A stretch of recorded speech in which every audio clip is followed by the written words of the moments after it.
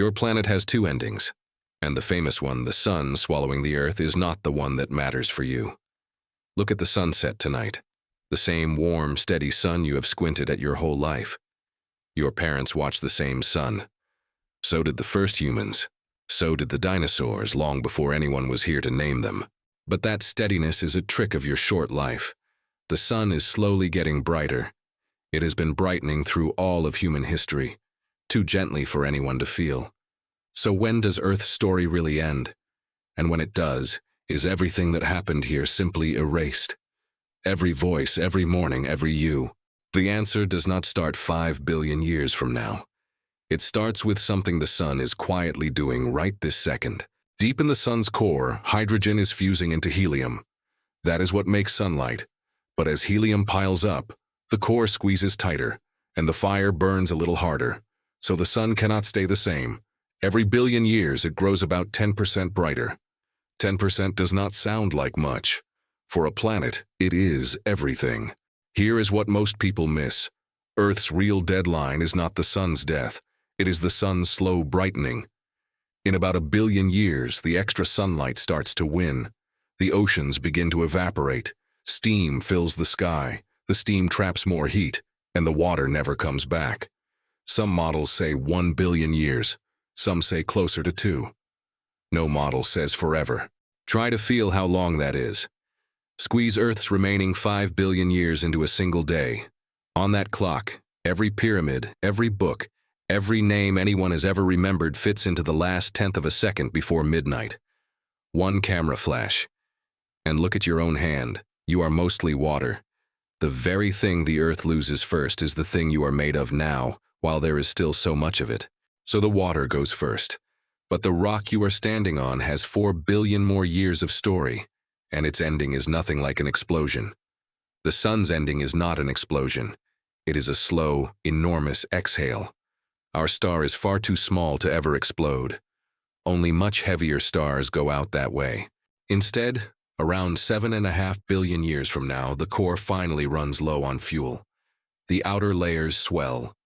The sun grows into a red giant, about 250 times wider than it is today.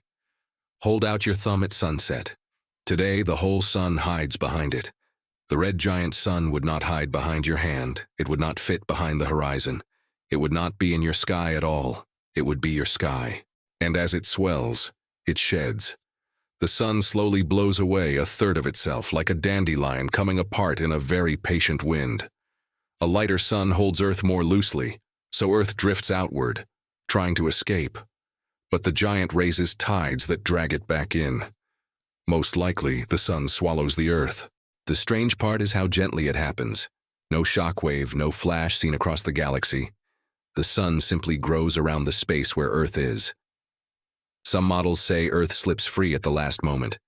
Astronomers are still working that out, and it is honest to say so. Either way, a no bang, the sun lets go. The sun, when the swelling is over, the sun sheds its outer layers into space for good. What remains is its old core. A white dwarf. A ball of leftover starlight about the size of Earth, glowing white-hot in the dark. It does not burn anymore. It only cools. And it cools slowly, for longer than the universe has existed so far. That is not a violent ending. It is the quietest ending a star can have. You have already seen a small version of it. The last coal after a campfire, still glowing long after the flames are gone. So where will Earth be? If it survives, it will circle that ember through a long, calm night. If it does not, its atoms will ride the sun's cast-off layers out into space, into the clouds where new stars and new worlds are born. Your planet would become an ingredient again. The haunting part is that even the night sky will not hold still while this happens. Our whole galaxy may one day merge with its neighbor, Andromeda, or sail quietly past it. Astronomers are still arguing about which. The stars you know will have traded places long before the ember fades. So that is where Earth will be, circling a white ember, or scattered into the making of new worlds. Now the harder question, will anything remember that any of this, any of you, ever happened? Memory is not only something brains do, it is something light does. Every ray of light that leaves Earth keeps going. Nothing in the universe can catch it, and nothing can call it back. The light from the day you were born has already sailed past the nearest stars. It is a widening sphere of you, spreading outward at the fastest speed there is. And we have sent more than light. 2 spacecraft called Voyager are drifting between the stars right now. Each one carries a golden record: music, laughter, heartbeats, greetings in 55 languages. Those records are built to last more than 1 billion years. Read that again slowly. The records will outlive the oceans. The strange part is that the records were the easy part. The light was leaving anyway.